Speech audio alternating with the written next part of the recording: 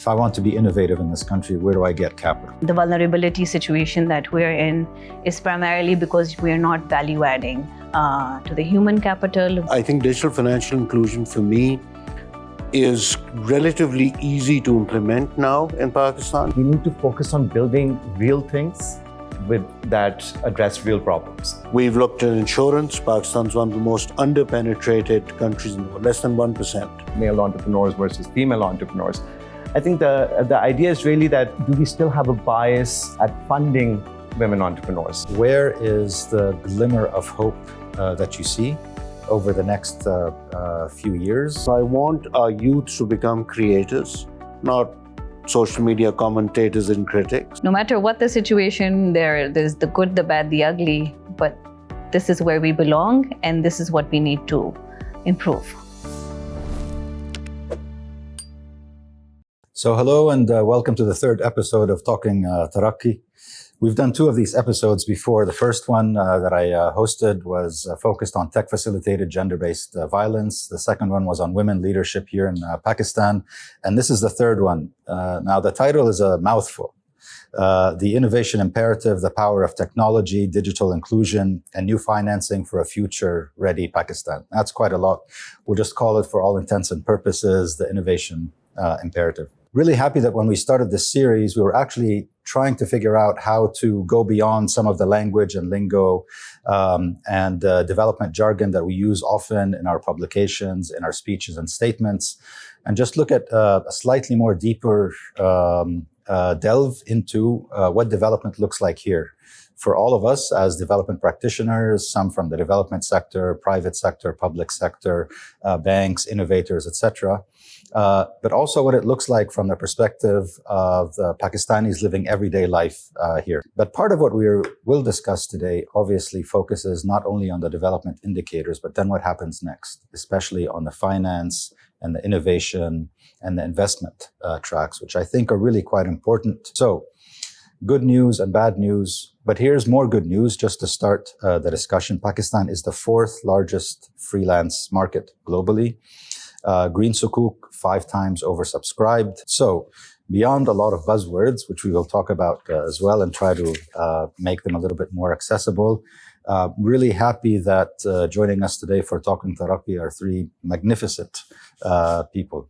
Let me say who they are and then we'll proceed as well.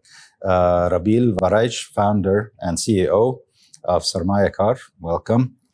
Ali Nasir, Chief Strategy Officer, Jazz. Welcome, Ali. And Kashmala Kakahel, International Climate Finance Specialist, good friend of UNDP and all of the development sector. So welcome to all 3 of you. I want to start with a question that we will not answer now. Put it in the back of your mind, and then when we come back at the closing, I'll ask you that question again. So I told you my version of what I think helps me understand Pakistan in 2025. A Tale of Two Pakistans. It's kind of a play on words. A Tale of Two Cities, Charles Dickens. It was the best of times. It was the worst of times. So I want you to think of what song, film, book, famous saying can describe Pakistan for you, either in its current state or as you want to see it in the future. So we leave that. We'll come back to it in a few minutes. So I'll start with one question that I think I'd like to ask all of us at this point. We talked a little bit before coming in about milestones. So there's a big development milestone that's coming up, the 2030 Agenda Sustainable Development Goals, broadly speaking around the world. 35% of all of the Sustainable Development Goals are on track. Almost everything else is not. Pakistan is among those as well. But there have been a number of interesting things that have happened, especially on the innovation AI part, but also on investment and others in Pakistan that are important to note.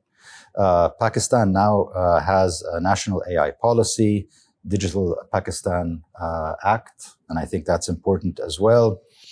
Quite a lot of discussion around blended finance, investment, the role of the private sector in development.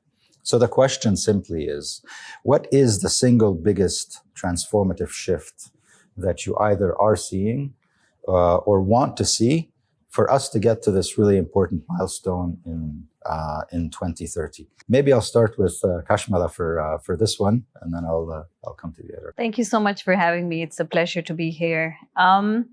The shift that I am seeing, or rather would see, is an economy that moves from consumption to value creation. We seem to be stuck in a situation where our human capital, our exports, our entire economic system rests on just absorption. We have seen nations, we were just talking outside right now about how some of these countries have leapfrogged primarily when they looked at productivity at the core of all their economic policies, as opposed to thinking about it as this is something that will happen along the way. All our fiscal issues, all our social inequality, debt, the vulnerability situation that we're in is primarily because we're not value adding to the human capital. We as a country don't look at trade. We're just a country that trades. We don't compete internationally. We're a country that, yes, largest, I don't know what level of population we are at now, and we're, youth. We have the kind of youth, the raw talent, we have all of that in the right place. But when it comes to productivity, that's the area that we're completely missing the target on. And if that's the one strategic shift that I would like coming in, transformational shift, is a mindset shift within whatever we do at the civil society level, at the private sector level, at the government level, is really to start thinking about productivity from whatever sources we have, whatever resources we have. How do we get more out of what we have at hand at the moment? So I think one of the buzzwords that I think you mentioned, which I think is actually appropriate maybe for the telecom sector, is the leapfrogging part. And Jazz, I think, has leapfrogged from a telco. I think I've heard that one from a telco or beyond the telco now. And I think the leapfrogging part that we actually see in digital mobile data maybe is one of the big things that is happening here. So what is the next big thing, I think, as far as transformation here in Pakistan? Sure, Sam, and thank you for the introduction. Great to be at the panel. I'm an economist like Kashmara, so I was going to say the same thing, but she's stolen my thunder. But I think you've set me up for a very good response. And I honestly feel that Pakistan has a lot of the pieces in play. Just to name a few, we've got computerized national ID cards. We've got digital wallets, Jazz Cash being one, but there are others. We have RAST, which is an interoperability platform, which allows very little cost, frictionless financial transaction. But the point is, there's not a coherent working relationship between them. They're all great initiatives in their own right. But I honestly think that the pieces of the jigsaw are kind of there. And if you ask me what is the single most, I think it is digital financial inclusion. If we can make that happen, and it's not just about banking the unbanked, or we were just discussing previously how it can impact on fintech, on climate control, so many other things. I think digital financial inclusion for me is relatively easy to implement now in Pakistan, does not require massive resources, does require will and intent. I think the current administration is pursuing a cashless Pakistan. It's a good agenda. That's something, if it's brought to fruition, I think would be a great platform for Pakistan to do the work that Kashmala talked about, which is, focusing on export-led growth. So that would be my candidate for that single transformative shift. Clear. And Rabil, what's the next big thing? Often this happens in fintech, I think.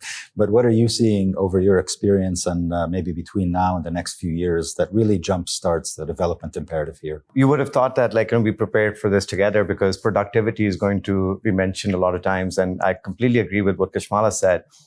We've had this consumption-led growth, which needs to shift to productivity-led growth. And what's going to drive it, in my opinion, is going to be technology and entrepreneurship.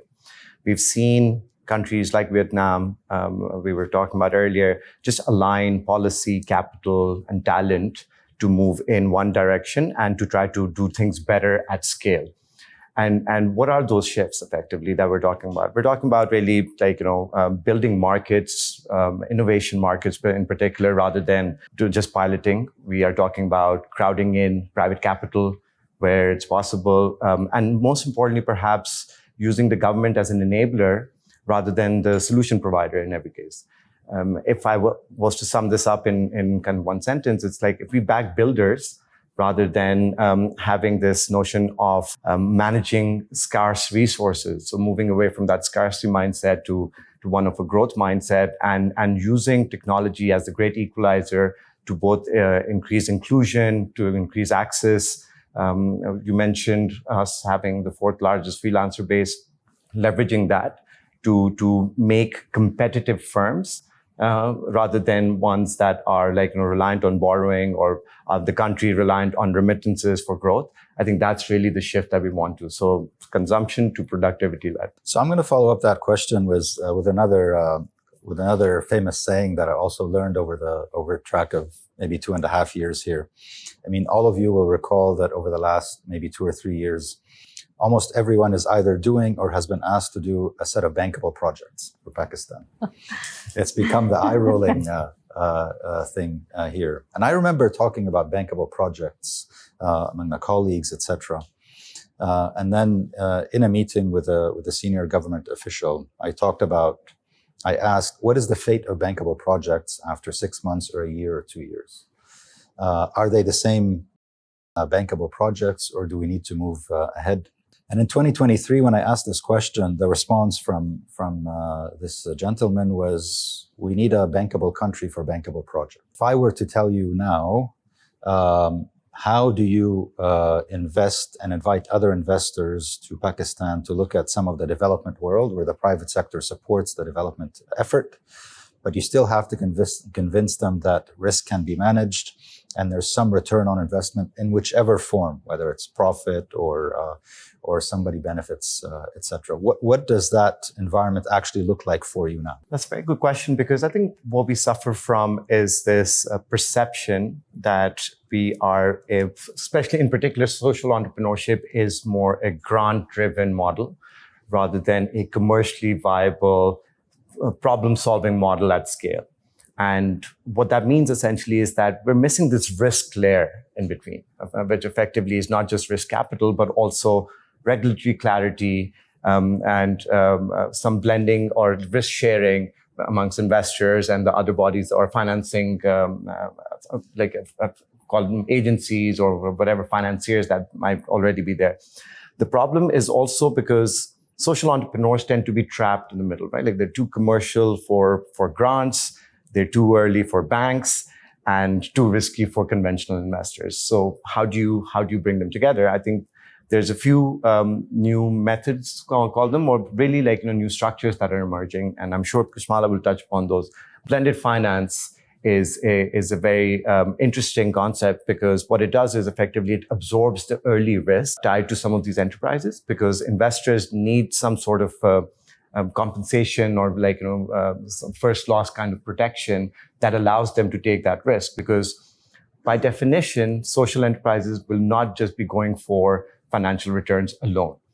And that means that they themselves cannot compensate for the risk investors will be taking. So as long as there's some sharing and there's policy and regulatory alignment around that, that can start to crowd in private capital as well. The second thing that we can see, we want to see ideally, is also patient capital.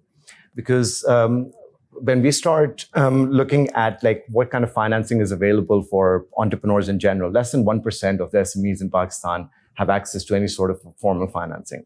When you look at venture capital in the country, even in our peak capital deployment year, we were only deploying about $1.2 per capita in Pakistan. This number compares to almost $10 or so in India, $30 or so in countries like Egypt, right? And so there's just a severe underinvestment in what is a risky asset class, but one that's required to drive the innovation economy forward. So, and a lot of times that's because the timelines for investment don't align with what those objectives of those social enterprises are, right? Like we are driven on a fund 10-year life or an X number of years where we need to then generate the returns for our investors as well. So some sort of patient capital provision, that's important.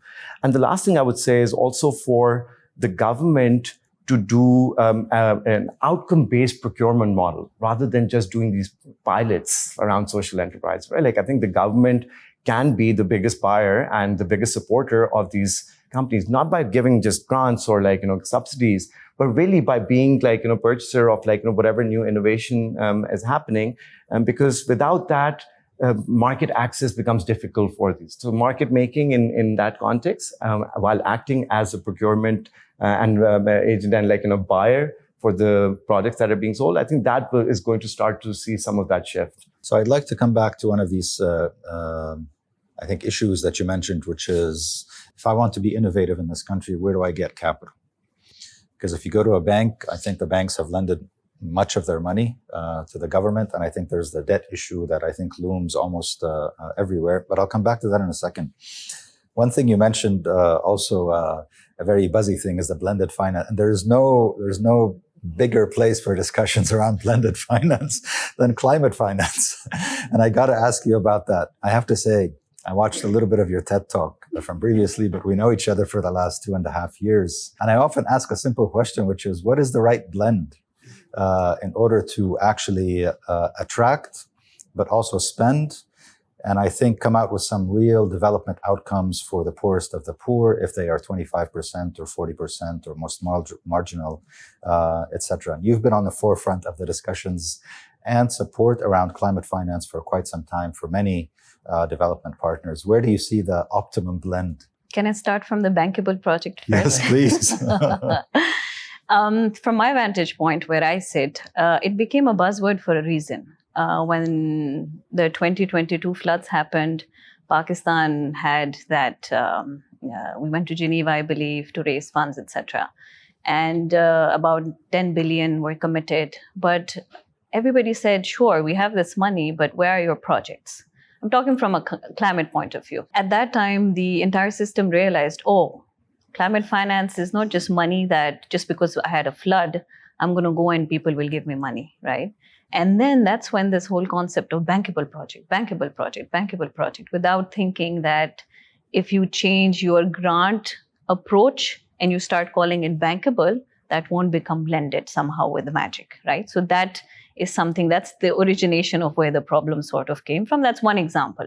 And then, of course, we've gone to many other, as a country, gone to many other funds, many other opportunities, primarily asking for grant money. And they've said, but where's the project, right? So because that stuck in our head, we started thinking about just trying to understand the technicality of the project and not really looking at the financial structuring of these projects. So coming to your question on what is the right blend, it's similar to saying what works for you. What's your idea? What are you trying to develop? What's your concept? The blend, the answer is within whatever you're trying to achieve over here. Abil spoke about de-risking, first loss. We're at that time where we don't need to have 10 bankable projects, but we need to rewrite our financial playbook for development and climate finance, which primarily means the government has some money. It does give sovereign guarantees when it's required. How do you put these two conversations together so that you attract and mobilize not international finance? Yes, that too, but there's commercial finance in this country. There's a lot of liquidity right now in this country.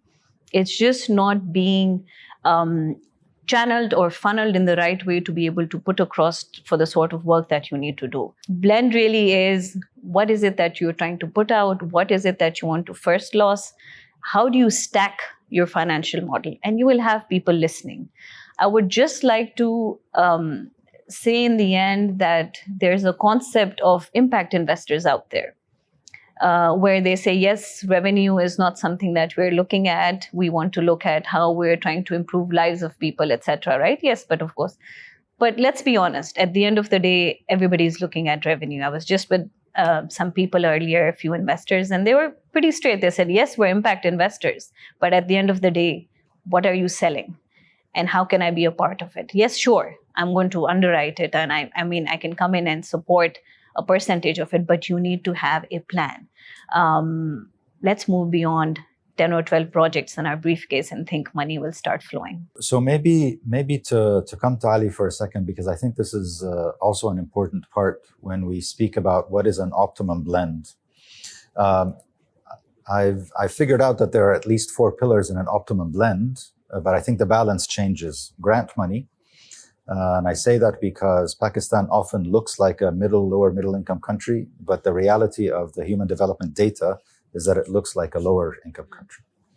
So there is an opportunity for grant money because of all of these numbers.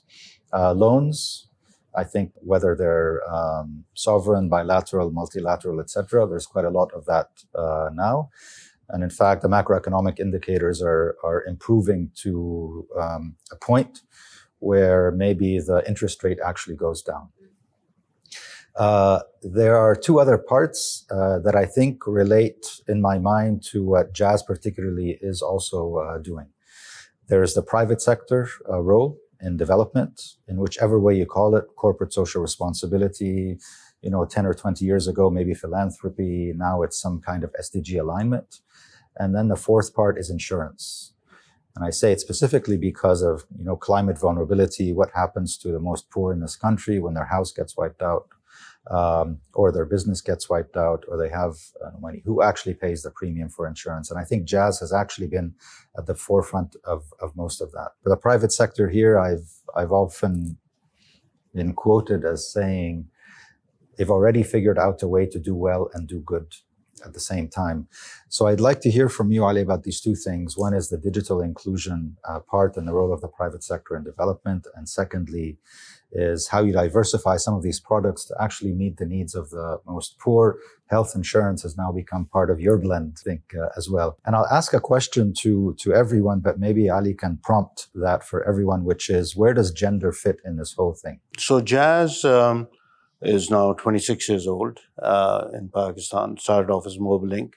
And for the large part of that, I'd say about 23 years or 22 years, we're pretty much a monolithic telecom operator. And we've done well there. So no arguments there. But I think about 3 years ago, we realized that the Jazz had what my CEO calls 3 unfair advantages. People say, no, call them fair advantages, but they are rather unfair. So we connect about 100 million Pakistanis, 70 million on the Jazz network, another 30 million that use Jazz apps such as Tamasha, Jazz Cash, our insurance platform now called Figure Free. So we've got access to more than literally half the population of the country.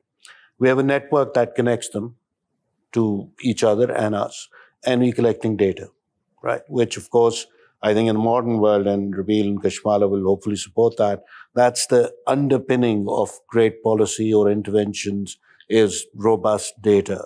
Without that, I think any planning in any sector would probably be futile. So with those unfair advantages, we felt, okay, what more can we do? And we came up with this tagline, a bit cliched for a corporate, but it was improving the lives and livelihoods of Pakistanis through technology. The last 3 years, we've been focusing on sustainable projects because, while we talk about impact, if it's financially not viable, it will survive only till some extent somebody's giving that grant. And the day it stops, it goes away. So yes, we look at the ROI to the extent that it should sustain itself.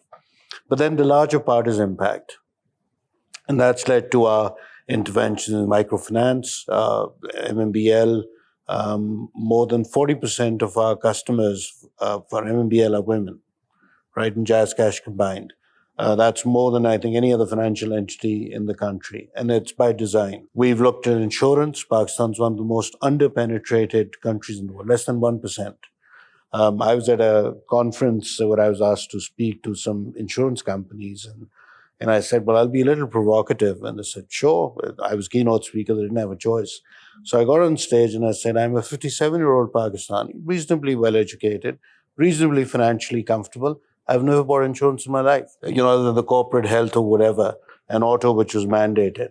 And I said, but what is more surprising is nobody's ever come and sold insurance to me. And that is indicative of the complexity of that insurance industry. And now that we've gone into nano insurance, we are selling more policies on insurance than the entire insurance industry combined in a year, right? Of course, the quantum is very different. They're selling annual, much bigger insurances. We're selling 1 day, 3 day.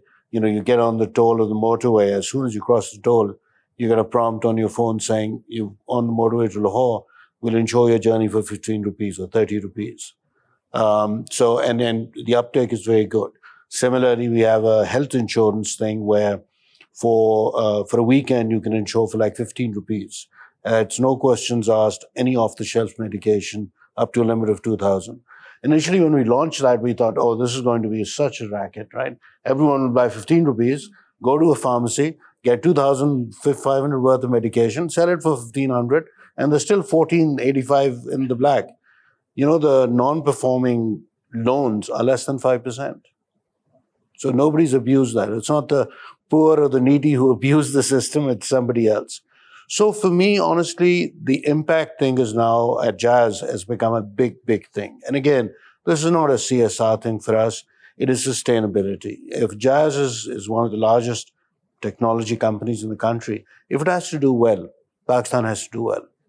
And that's why we're very, very clear that now a lot of our initiatives, other than, of course, the ROIs and the numbers and the P&Ls, have to have impact. Specifically on gender, I think one of the things you mentioned earlier was access, capability, and trust. That's kind of what we need. I think for me personally, it is, I come from a development background as well. So maybe it's just that thing coming back to haunt me. I think in Pakistan, we look at these things separately. I'm not sure what UNDP does, but certainly for me, these three things should be a one design concept. You can't talk about access and capability and trust. They have to be brought in together. And a lot of products we design at Jazz and are with that in mind. Is it simple for people to use? Is it relevant for them to use? And what problem is it solving? If it's not doing that, I don't think a product delivers for impact as well as sustainability. So maybe I'll ask the same very similar gender question, but I'll give it a little bit of a Shark Tank twist. Sure. In the world of entrepreneurship here, whether it's the access or capability, and we talk often about gender divides here in this country. Who's in the workplace, formal or informal, gender parity, not a great number, etc. And beyond the data, thanks for mentioning the data. It is important to have really good baselines and data, etc. And when we use these big data numbers, often they're for shock value. We know that better data can actually get better numbers. So 148 on gender parity for Pakistan is definitely not great, but 145 is not better, right? 140 is not so much better. So in the space of entrepreneurship, young innovators, those that are looking either for access or good ideas, or somebody to support really great ideas, do you also see a gender divide in this country? And if yes, then from your position, where can you actually boost that? There's a tremendous divide.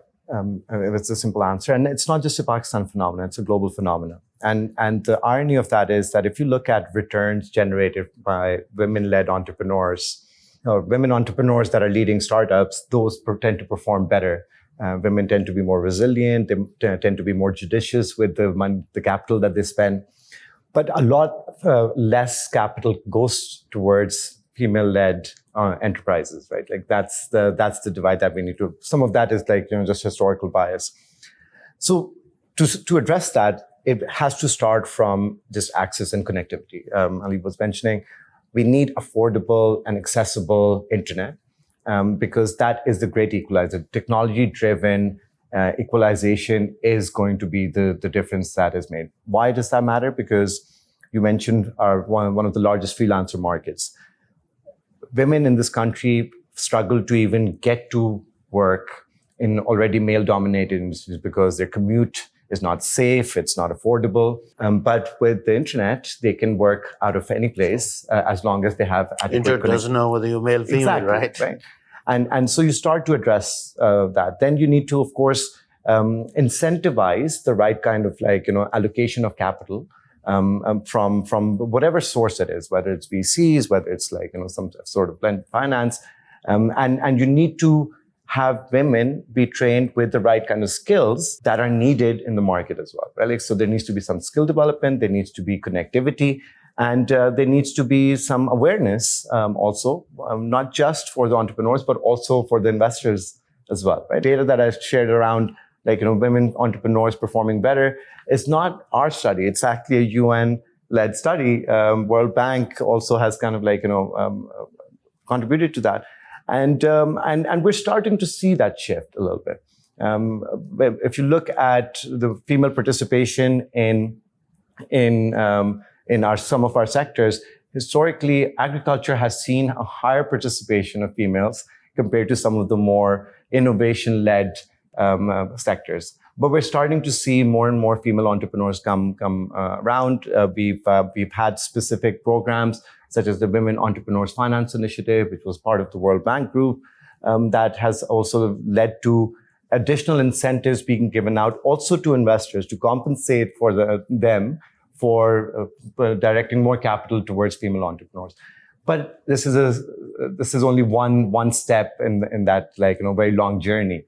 And I think over time, we're going to see, as more success stories emerge from Pakistan around startups, around enterprises that are led by women, that encourages the next generation to take up their own initiatives as well, to have their own startups. And I think that's going to train and also encourage the next generation, which combined with the right policy changes, the right regulatory frameworks and alignment of capital, I think we're going to start to see that change. If I may, Sam, just to add to that, I think it'd be interesting for the panel here. So we've been running a Women Incubation Network program through MMBL, which is as a commercial loan, applicants come and say, seek loans for their SMEs and stuff like that for microfinance.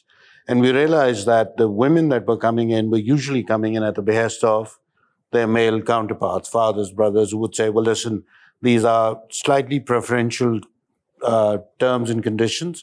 So why don't you go and apply for the loan? We'll run the network. So we said, how do we fix that? So we started saying, okay, we'll give you the loan, but then you have to run it, as in the female principal has to run it. We started this when it's now about 3 years, and then we started getting the cohorts together. That led us to actually bid for, and hopefully the bid results will be out soon. It'll be a really good development in Islamabad. Ignite is starting a women-only national incubation center in Islamabad, and we've bid to run that as we did previously. So this will be an incubation space for only female entrepreneurs. Sadly, it's Islamabad, and will be limited by the people it attracts. But if that works out, those are the kind of interventions that Rubil talked about. I think, without using the affirmative action word, there needs to be a very distinct focus on that, because that is a massive accelerated development that can happen. So maybe I'll ask a follow-up question, and then I want to get back to Kashmala with a question on risk and risk insurance specifically. What kinds of things are women, young entrepreneurs actually interested in when they come to you? And I think it's probably the same thing if you're talking about potential of incubation. What kinds of things are they interested in? I'm astounded by the world of innovation. We had this mini blended finance experiment with JS Bank, and we supported 4 companies who won out of 100 applicants. And one of them in Karachi, Concept Loop, they turned single-use plastics into bricks. I don't know what I've actually seen the place, but I'm astounded by what is possible here by young entrepreneurs. What kinds of things are you seeing young women entrepreneurs interested in, and what is their ambition? In today's world, women are no longer constrained by conventional ideas or antiquated notions of certain industries being for them versus others being for men. I'll use an example. One of the leading entrepreneurs in the startup space, Mahajzad, she runs a network of 1,000 plus buses in Pakistan. Right? You would have never thought that a female entrepreneur would would be involved in a sector like that. You have someone called Halima who runs Uran, which is a fintech based around Roscas or committees. You have then and across the spectrum. So we don't see necessarily a differentiation in terms of a certain particular subsector sees more male entrepreneurs versus female entrepreneurs. I think the idea is really that do we still have a bias at funding women entrepreneurs? Because in our minds as investors, we think, oh, they're also responsible for bringing up a family. They have to go back, and so they might not be able to devote the time that they have, right? And that, which is actually a bias on our side rather than on the female on leader side. And I think that shift is a mindset shift as well, which takes time. But I think also results drive such changes. If we see better outcome, financial and impact-wise, driven by female entrepreneurs, we are naturally going to direct some of the more capital towards that. And so, yeah, I want to actually be careful in not labeling certain industries or sectors being prone to female entrepreneurs, because I think we need to move away from that as well. And I think we're seeing that maybe it's slower than we would have liked, but it's certainly moving in the right direction. I mentioned a little earlier the new regional human development report that just came out, the next great disruption, focusing on AI. And then there was an interview this morning by our regional director for Asia and the Pacific, Kani Wagnaraja, who actually was here last year launching the National Human Development Report that was focused also on digital transformation. And in this context of AI, also related to insurance, she said the following, which is a finding from our report as well. We often assume that AI will do quite a lot of work for us, but even the way we ask AI questions comes with a bias. So ask AI to develop a product here in Pakistan, for instance, on insurance. It will market a product for people who can pay for insurance. It won't look at everybody else who can't pay for insurance. So even in there's a particular bias. And I'm glad to hear that what you are seeing also in the fintech part is that it's actually not really a great divider anymore, but more of a great equalizer when everybody can come, men and women, entrepreneurs of all backgrounds, to come and say, well, actually, I have a pretty good idea. And that I think is great to hear. So I want to close with two questions. The first one is, from where you sit, where is the glimmer of hope that you see over the next few years, maybe still with the same milestone, the 2030 agenda, sustainable development goals, and that you think is actually a glimmer for a positive trajectory in development in this country? Maybe we go this way now. We start with. I think undoubtedly for me, the glimmer of hope is our youth. It's a segment that is very powerful, that is empowered, courtesy social media, although Australia now they've banned it for under 16s, so that'll be a very interesting experiment. And my word to them is that, like I said, I have two Gen Zs in the house, and they've got distinct traits. But my advice, so hope and advice, if I could combine it, is that they need to focus on the Pakistan they want, unfortunately not the Pakistan they've inherited and that they see. I used to tell my parents' generation that you failed us. And now I'm 58 and I see that I have failed this country as well. And so my hope is that this youth makes that change. And it's not an easy change.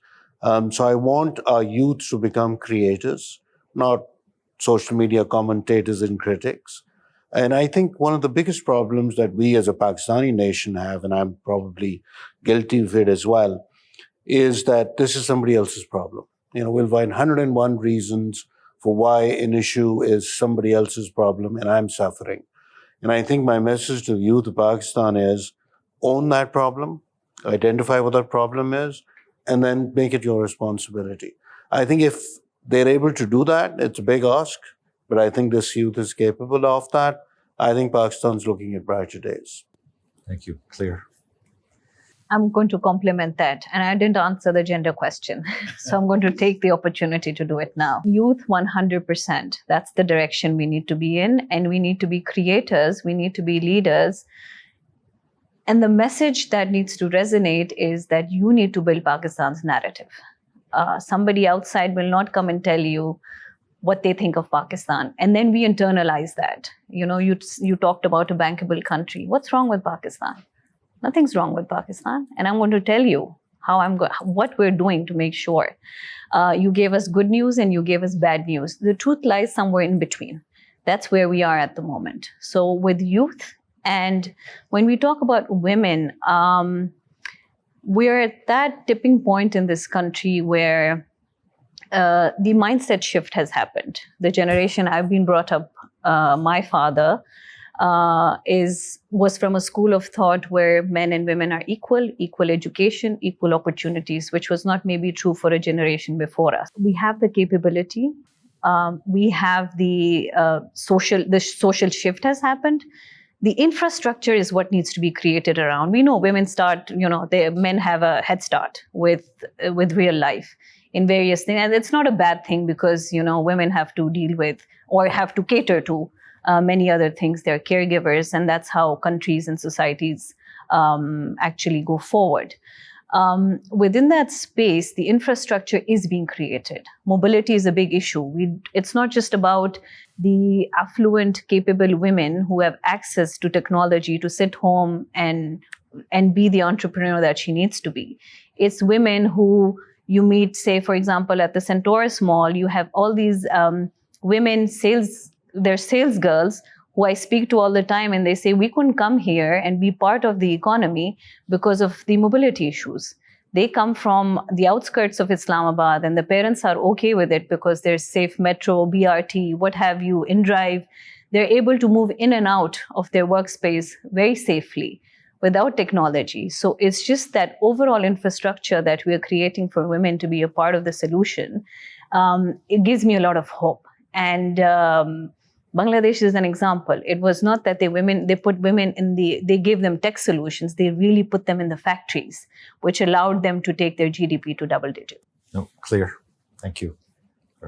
Very well mentioned by both the fellow panelists about youth being the key driver of the change, but also the future that we want to see. And I think over there's also a little bit of a mismatch between the skills that are being picked up versus what the world is willing to pay for those. And I think we need to focus on building real things that address real problems. I know it's a buzzword to focus on AI right now, but the reality is there's just so many common problems that we have in Pakistan that you pick up a brick and there's a problem underneath that you can start to address. And I think that shift needs to be also based on consistent effort that compounds over time, which helps regain the trust that we need globally and locally as well. And that compounding over time is going to result in us repositioning ourselves, really. I think Kashmala put it very well. It's a narrative that we need to also start changing. Rather than having that grievance mindset, we need to be okay, how can we address it? Because the numbers are there, right? We're going to be one of the largest youth populations in the world by 2030. But the kind of skills that they might have might not be suited to what the demand is out there for. And so we need to start addressing it. And that's what really modern leadership looks like. It's not a title. It's really about showing up every day, making those small incremental changes. We keep hearing on social media about the 1% improvement every day, but it's about doing it. And I think that's something that somewhere in the middle got lost because the trust in the system was lost. Young person going through the education system did not believe that, okay, if I put in this effort and put in all this work, that I'm going to get the reward at the end, right? So what that shifted was hey, why don't I look for shortcuts instead and try to kind of leapfrog in their mind to a different level and already start comparing their chapter 1 to someone else's chapter 10. And the world doesn't work that way, and we're not going to address our problems that way. So while youth is a big asset and opportunity, it could also become a big liability if we're not able to channel their efforts in the right way, and then also provide them with the avenues and the opportunities for them to really use those skills for productive use. A new narrative, I think that's well beyond grievance, the more can do. And then I think the AI part is really quite important. There's a lot of discussion these days about how AI replaces people and in the future.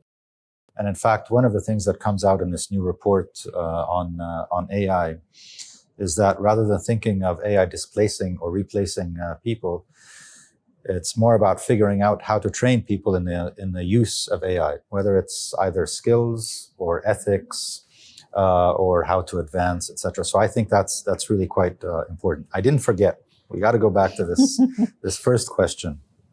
For now or for the future, what is the movie or the book or the commercial or the famous saying that for you describes Pakistan aptly? I can start with mine if you want to think a little bit more, unless you're ready. I'm ready. You ready? Go ahead. So I really like cricket. And I don't know if this is a cricket song which says, "Tum jeeto ya haro, hame tumse pyar hai." So to translate, whether you win or you lose, we love you, to Pakistan, right? No matter what the situation, there's the good, the bad, the ugly, but this is where we belong, and this is what we need to improve. That's a good one. Those were two, by the way. The cricket one and the good, the bad, the ugly. That's a movie. Is anyone else ready? Yeah. So I'm actually going to take. It's a saying which describes us now, or has described us for the last few years, which is, "Badnaam honge to kya naam na hoga." Right? We have just accepted this notion of again, we talk about elitism in the country. We talk about all the ills. But it seems like, we were for the longest time dissatisfied with us being spoken about. And now we're celebrating, for example, being, call it in the top 10 more relevant countries in the world because of how geopolitics have shaped up over time, rather than focusing on the problems. So we seem to be satisfied with just being talked about and being known, rather than addressing the fundamental issues. And I hope that changes. And in 5 years' time, I can use a different quotation to describe us. Good. So as the vernacular theme is quite prominent, I'm going to use two themes or sayings. The current Pakistan is "Tu chal mein aaya," which essentially translates to "Why don't you go and I'll follow you?" And I think that explains a lot what we have in Pakistan. But the one that I want to see, the Pakistan of the future, was probably one of the great cricketing victories when we won the World Cup. And there's a band called Junoon that came up with a song called Jazba-e-Junoon, which is spirit of madness, roughly translated. And I think Pakistanis now, the youth especially, need to be slightly mad about growth and creativity. And I think if we capture that Jazba-e-Junoon, spirit of madness, we'll do all right. Oh, excellent. And to add to that, the next saying is "Jazba Junoon Himmat na Haar," Himmat na Haar. right? Which is also very important in our context. Yeah. So you heard one of mine, which is A Tale of Two Pakistans, A Tale of Two Cities, and all of that. But there is one that I think for me describes 2023. This is how I was describing Pakistan in my understanding, especially of all of these numbers, also to my colleagues, others. 2025 is the 50th anniversary of the screening of the movie Jaws. Wow. The shark. Yeah. First one. And you may recall that about maybe 45 minutes into the movie is when they actually see the shark. Everything else is more like ta-da, ta-da. There's a thing. So they're in the boat. The shark is about to eat half the boat. And one person looks to the next fella and says, "We're going to need a bigger boat." So I've often felt that the size of challenges here require a bigger boat. I honestly am quite pleasantly surprised by how quick a turnaround can happen. Macroeconomically, we see that. And my hope is that almost on all of the other indicators that we see, especially social indicators, I think will also go in the right direction. And maybe for me in 2030, there's another famous saying or movie that comes out. Anyway, just to wrap up, it's been really great having you all here. I really appreciate the discussions that we have here, but also outside on often. I think for us, Talking Taraqi is an opportunity to find ways to either describe or analyze or think ahead about development challenges in a way that's outside of conference rooms and statements and reports, etc. So we really appreciate you joining us here. For everybody else that is watching this, I hope you enjoyed it. And there's a Talking Taraqi 4th episode that's probably coming up. Again, I think our particular focus on a future-ready Pakistan really came together in this episode from different perspectives, and really looking forward to staying in touch with you and with everybody else that's watching. Thank you. Thank you very much. Thanks.